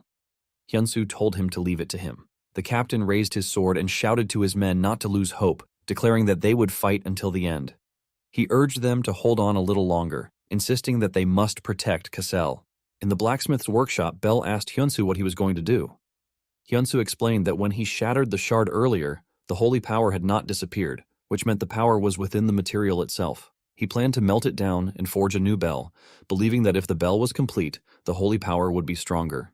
Bell commented that she had never seen a skill like this before, and Hyunsu replied that a skill was not always needed to fix something.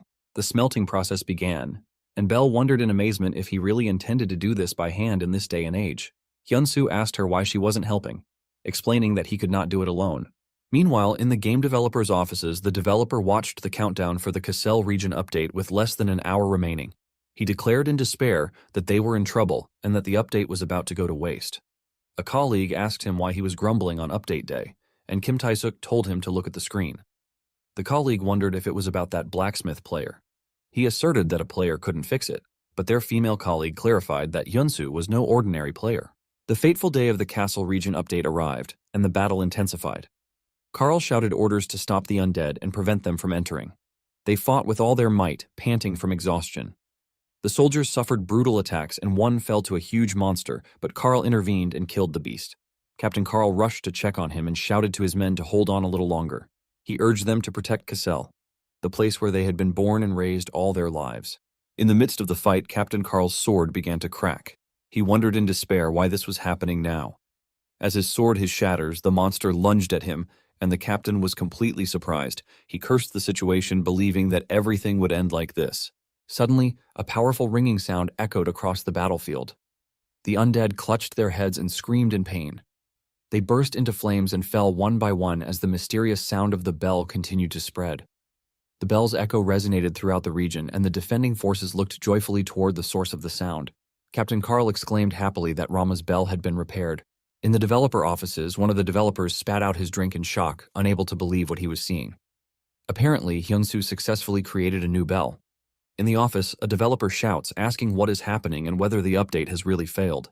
Kim Tae-suk explains that Hyunsu has not slept for a moment since the update countdown began a full week ago. It is revealed that 5 days earlier, Hyunsu went straight to the blacksmith's workshop in the Cassel region, gathered the city's workforce, and began repairing Rama's bell. He explained that they must melt everything down to its basic materials, or more accurately, extract the divine power from them. While Hyunsu was drawing the blueprints, he left Bell in charge of managing the workers and supplying the battlefield. After that, Hyunsu began the custom god crafting process. He planned to use his skill to maximize the bell's power against the undead and evil forces, and to add a skill that could inflict direct damage. With the shared will to protect the Cassel region, everyone worked toward a single goal. While the workers were determined to do whatever it took to protect their homeland, they believed this would imbue the bell with even greater divine power. On the final day, Bell wakes up suddenly, wondering when she fell asleep. She sees the completed bell in awe, and couldn't believe that Hyunsu worked on it for days without a break. A system window appears before her, announcing that her apprentice title is glowing. She has witnessed a crafting process performed by a master craftsman blacksmith, which increased her advanced blacksmithing mastery efficiency by 22%. She wonders in shock if this young man is truly a master craftsman. Hyunsu tells her that the noise must have been very loud, but she slept soundly. Bell protests, saying she wasn't unconscious for that long. Hyunsu reassures her that they are in the final stages and asks her to wait. Bell suddenly asks him if he is Hyun, the blacksmith. Hyunsu confirms his identity, then places his hand on the newly completed bell, which glows with immense power and is imprinted with his special symbol. Bell looks at the completed bell with admiration, saying that calling it beautiful doesn't do it justice. It is a magnificent masterpiece. A system window appears, explaining that this is Hyunsu's second custom creation in progress, unique with infinite durability. It is a reconstructed artifact that was once irreparable. Bell wonders if this is the reason for its power, admitting she has never seen anyone succeed at something like this before. Suddenly, Bell grabs Hyunsu's hands tightly and eagerly asks him to be with her from now on. Hyunsu asks her in confusion what she means, wondering if it's a love confession, which Bell denies in embarrassment. The scene returns to the decisive day of the battle, where Hyunsu strikes the newly completed bell. Waves of holy energy emanate from it, annihilating the hordes of undead who scream in agony as they burn. The soldiers gasp as they watch the horrific scene. A system message confirms that Hyunsu has created a new bell and eradicated the undead, and that he can now prevent the update and create a new story. Hyunsu shouts triumphantly that they did it, thanking God he wasn't too late, but he immediately collapses, overcome by a state of extreme exhaustion that leaves him stunned. Bell rushes to him, anxiously asking if he is okay, while a system message announces the completion of the Repair Rama's Bell quest. Another message indicates that the rewards have been changed. Meanwhile, the news spreads quickly throughout the Ares player community. Someone asks if others know the blacksmith Hyun and posts a topic titled, "The Reason the Kassel Region Update Failed," along with pictures of the tower before and after the bell's repair. Players recognize the name Hyun from Hyunsu's first custom sword and are stunned that he repaired Rama's bell. As a result, huge numbers of players start following Hyunsu's workshop. Hyunsu wakes up in his bed to the sound of continuous notifications, wondering about all the noise.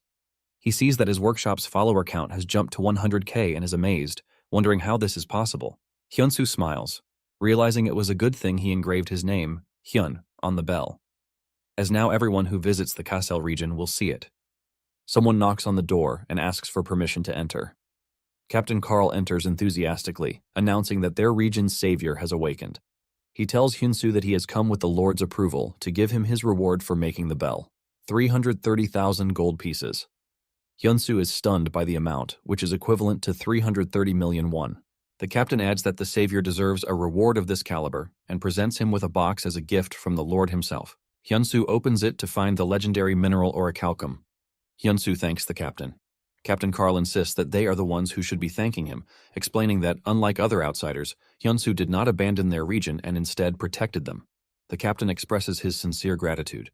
Hyunsu feels the captain's sincerity and thinks that he only did what had to be done, realizing that the despair of the people in Ares is no different from the despair in reality. Hyunsu then takes his leave of the captain, explaining that he needs to return to where he used to live for a while, and the captain immediately agrees. Hyunsu decides it's time to reclaim his workshop and logs out of the game. The captain and his colleague look at the spot where Hyunsu disappeared, commenting that outsiders are a strange group. The next day in Gongju, Hyunsu meets with the real estate investor Kang Hyuk-soo. Kang looks at his phone, which displays a message stating that Mr. Hyunsu has deposited 330 million won. Kang tells Hyunsu that he really did it and is really impressed. A year ago, Hyunsu sits with Kang, who is reviewing the property papers. Kang tells him that the total amount comes to 330 million. Kang mentions that he heard about the big fire and reassures Hyunsu that the amount should be more than enough for the hospital bills, urging him to keep his head up.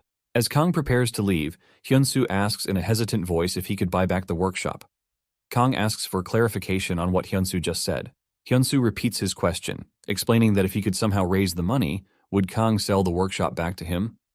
Kang advises him that buying a burned-down workshop would just be a waste of money, and that he would be better off buying a new one if he needed it. Hyunsu insists that it must be their workshop, as the place is filled with memories of his father.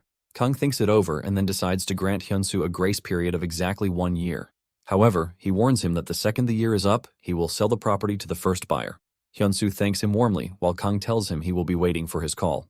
Back in the present, Hyunsu admits that although he was the one who made the offer, in his heart he knew he was asking for the impossible. Hyunsu explains that the 1-year period was just a rough estimate, and that the opportunity to sell such a property could have ended at any time, but Kang had already kept his promise. Hyunsu asks why Kang was so kind to him. Kang replies that he was the first person ever to ask to buy back a property after selling it. He adds that he just wanted to encourage someone like him. Hyunsu thanks Kang again, and thinks to himself that thanks to him, he didn't have to give up the workshop and that he needs to give him something in return. Hyunsu asks him if he is familiar with a game called Ares. Kang laughs and replies that of course he knows it. Who hasn't heard of it these days? Hyunsu reveals that he is actually a blacksmith in Ares. Kang comments that this is the perfect job for him. Hyunsu offers to make him an artifact as a gift. Kang excitedly asks if he can make him a custom piece regardless of the effect type or level. Hyunsu smiles and replies, "Of course," promising that he will make him anything he wants. Hyunsu enters a tavern where Belle calls him over to sit with her. This is the first time they have seen each other since the undead incident. Belle complains about how hard it was to find him, and Hyunsu apologizes, but she says she was just kidding. Belle properly introduces herself, explaining that she was the chief strategist for the Golden Shield Guild and the one who built the guild into what it is today. She adds that on that day she became certain of one thing, that Hyunsu would one day become one of the top-ranking players. Therefore, Belle gets straight to the point. She tells him that when he eventually creates a guild, she wants to be its first member. Hyunsu jokingly reminds her that she was calling him a scammer. Belle immediately apologizes but justifies her stance by saying anyone would have misunderstood in that situation. Hyunsu tells her he was just kidding and that he is also looking forward to working with her, and they shake hands. But before that, Hyunsu decides to tell her his plans. Belle is shocked to learn that Hyunsu is going to meet the Sword King Barad, one of the 10 legends. Hyunsu confirms that he will enter the Joyard martial arts tournament and wonders if the winner will receive their prize from Barad himself. Belle confirms this but is worried, explaining that this tournament is a gathering of rising stars from all over, and it's no joke. Hyunsu simply replies that this is exactly why he must win. Belle wonders how he can say that so simply, and if he can even taste his food. Hyunsu reassures her not to worry and tells her that he will aim for the top using his specialty, leaving her puzzled. The day of the Joyard martial arts tournament arrives. The tournament's head, Beckel, welcomes the outsiders. He announces that the tournament will begin the moment he steps off the stage and that they will all face monsters shortly. He adds that although they may not be able to see him, His Majesty King Barad is watching them, so they must be on their best behavior. He wishes them luck, and a system window announces the start of the tournament. Suddenly, the ground begins to shake. Apparently, a massive golem appears, and the system announces that the first mission is to survive the golem's attack with a 1-hour time limit. The participants rush into battle enthusiastically, with one expecting a golem to be the first opponent. A system window announces the first trial of the tournament. Whoever kills the stone golem, level 109, will receive a reward. A participant is surprised by the golem's high level, wondering if it was always this high and noting that the first round is supposed to be easy. Another participant recklessly charges, declaring, "First come, first served," but is immediately crushed by the golem, resulting in a forced logout. The other participants scream in terror and try to dodge the attacks, but they fall one by one and are logged out as well.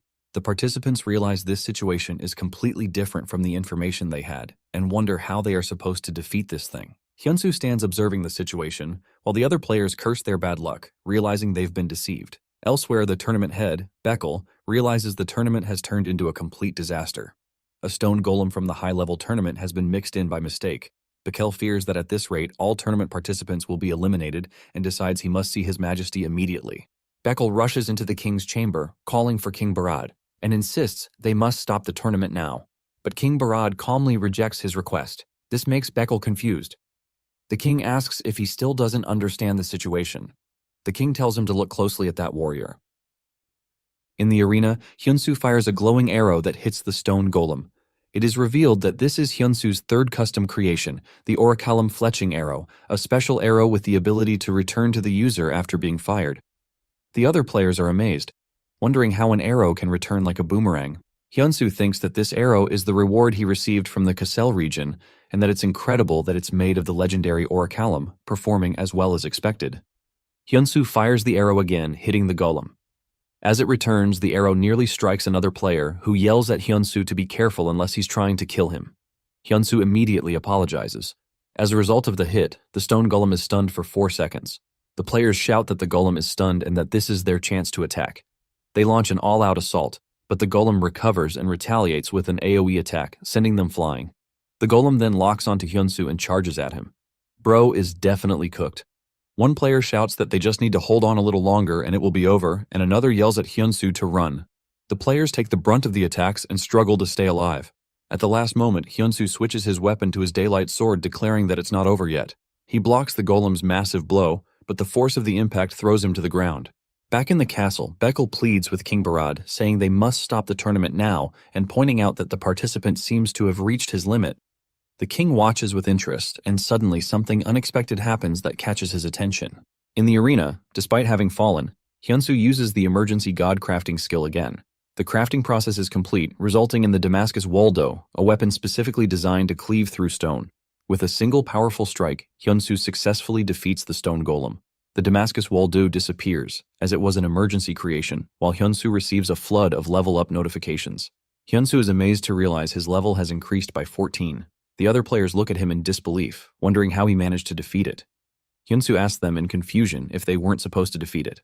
The players reply that the mission was to survive, so how could they possibly defeat a monster with such a huge level gap? They explain that the trial consists of 3 stages, and the appearance of this golem had already disrupted the balance. It wasn't there to be defeated. Hyunsu now understands the situation. Suddenly, he feels extremely dizzy and loses consciousness. The other players gather around him, wondering if he has fainted, and notice that he hasn't been logged out. They begin discussing how many weapons he used, at first thinking he was multi-skilled, but now realizing he is a weapon master. They wish they had just one of his amazing weapons.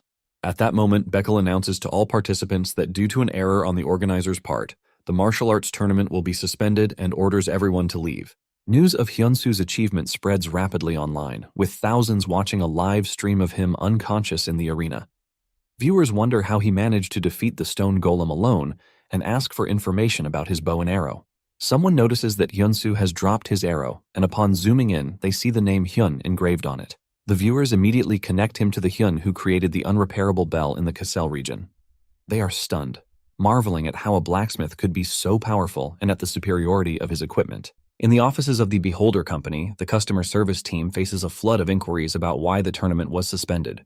The staff cannot provide clear answers, merely stating that it was a decision made by Ares' free will or that it relates to an internal issue in the Kingdom of Joyard, apologizing to the customers repeatedly. In the development department, a colleague tells her team leader that there is a big problem. He replies that he is busy. She informs him that the Joyard martial arts tournament has been suspended, and he answers nonchalantly that they knew this would happen. The colleague shouts that it was not the problem. The problem was that King Barad had summoned the user Hyunsu. The team leader is shocked, wondering how they could meet so quickly when the tournament arrangements still require time. The colleague confirms that Hyunsu is already on his way to the reception hall. The team leader realizes he is in trouble and that he will be working all night again. He comments that this user defies all logic and that his actions are unpredictable. He wonders what will happen if Hyunsu succeeds in Barad's request and their affinity reaches its maximum. He concludes that in that case, Hyunsu will master the art of the Sword King's swordsmanship and become the strongest blacksmith ever. The developer team leader adds that it won't be easy, as the decision rests on Barad's free will. His colleague expresses a feeling that Hyunsu will succeed, which worries the team leader, who asks her not to say such ominous things. The next day in the game, Hyunsu is escorted to the throne room, thinking that he will meet Barad sooner than expected. Hyunsu kneels before King Barad, who addresses him as stranger. Barad explains that normally the prize would have been presented in front of everyone, but he asks for his understanding in simplifying matters due to the unexpected incident. He adds that everyone will acknowledge his remarkable performance as a weapon master yesterday.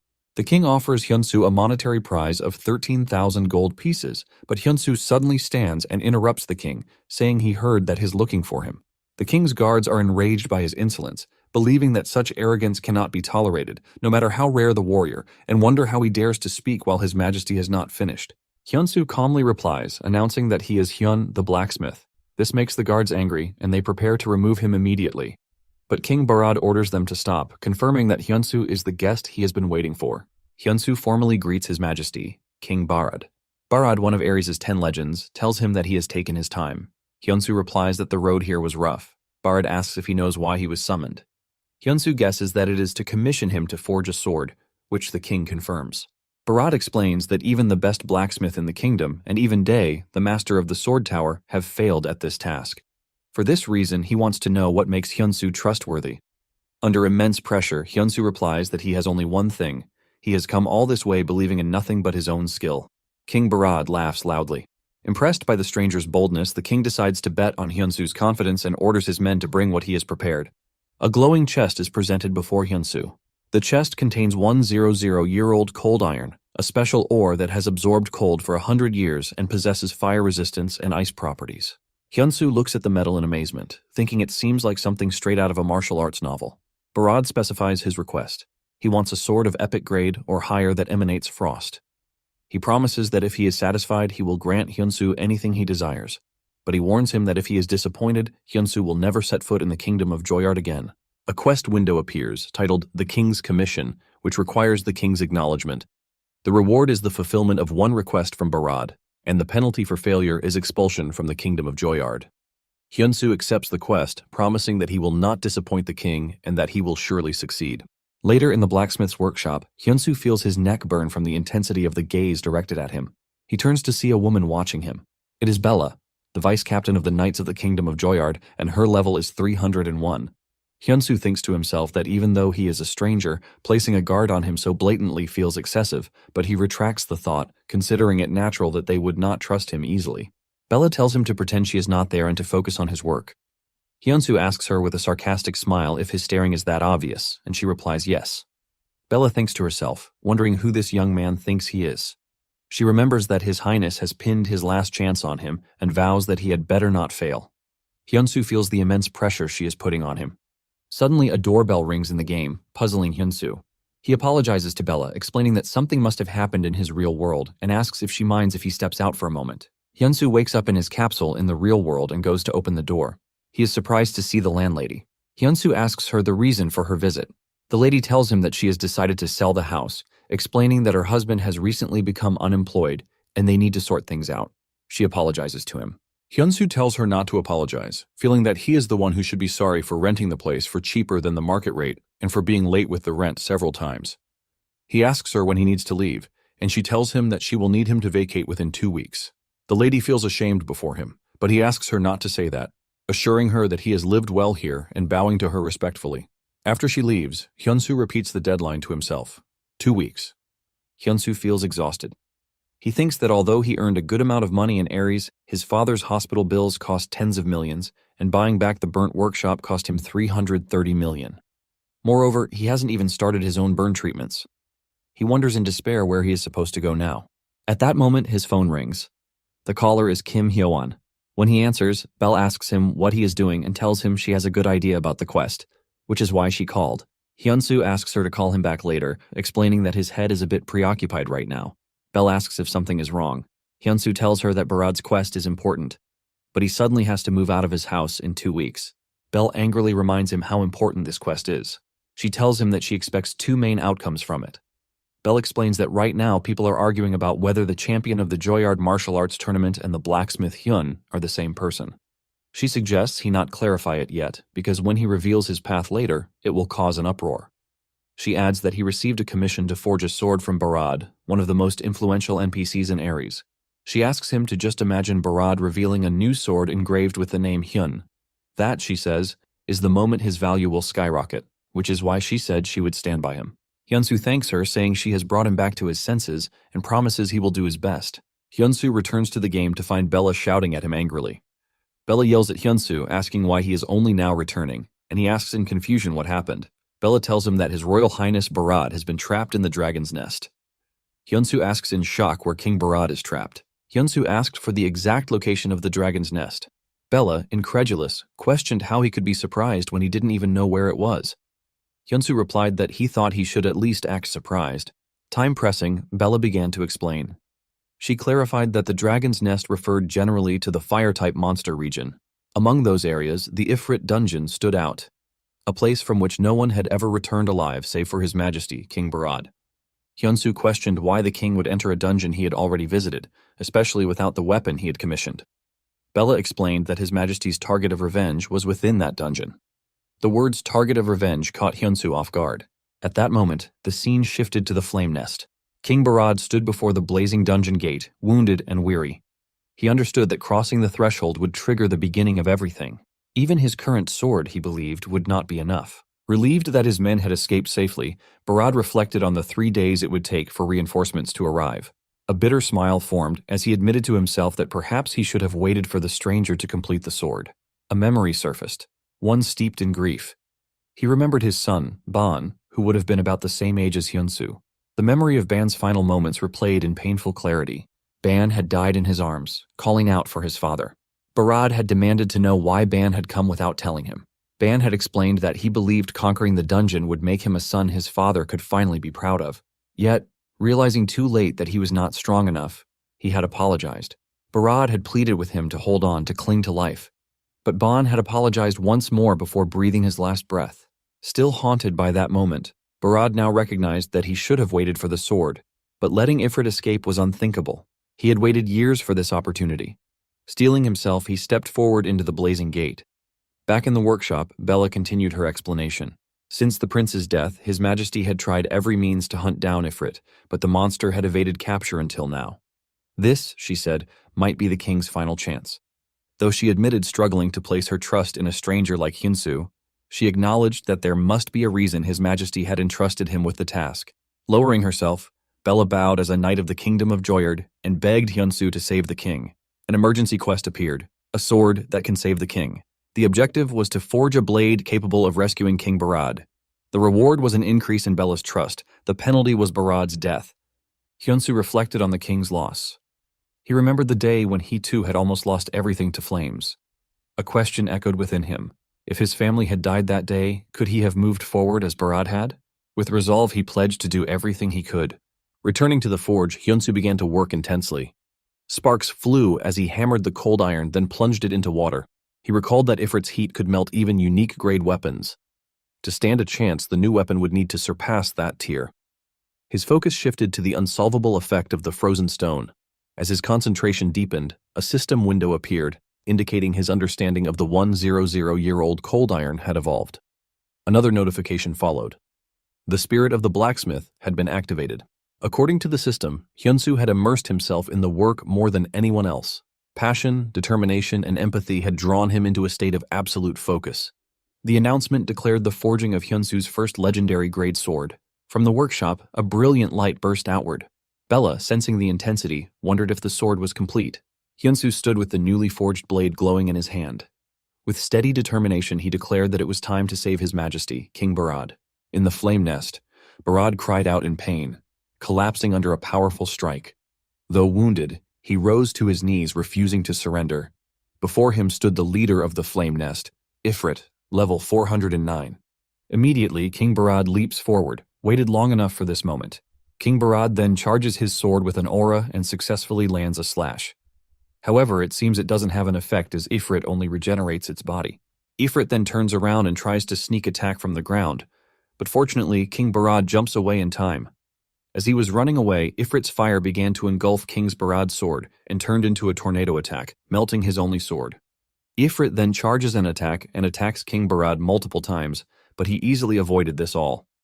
This enrages Ifrit and unleashes a wide flame attack that traps King Barad in the flame. Unable to stand up, he cursed at himself. Ifrit raised his weapon for the finishing strike, hurling a flaming spear toward King Barad. At that moment, a massive icy sword appeared out of nowhere, intercepting the attack. Hyunsu and Bella had arrived just in time. Bella shouted to Barad, urging him to use the new sword. The king grasped the glowing blade that had been thrown before him. A system window appeared, displaying the sword's details.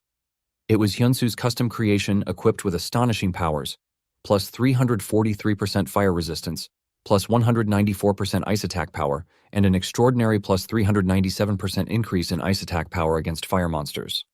The weapon also possessed an active skill known as Frost Blossom. Hyunsu called for the king to use it. Barad gripped the sword tightly as icy power surged through it. He activated the Frost Blossom skill, sending a mighty wave of frost sweeping across the battlefield. The frozen surge countered the fiery onslaught, and Ifrit screamed in agony as the cold devoured his flames. Declaring that the battle was finished, Barad lunged forward and delivered a finishing blow that was so powerful it cut Ifrit's body in half. The system announced that the boss monster had been defeated. Relief washed over Barad. For a fleeting moment, he believed victory had been achieved.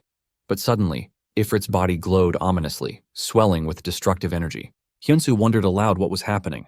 Bella recognized the danger and realized that some monsters self-destructed at death. In an instant, the entire dungeon was engulfed in massive flames.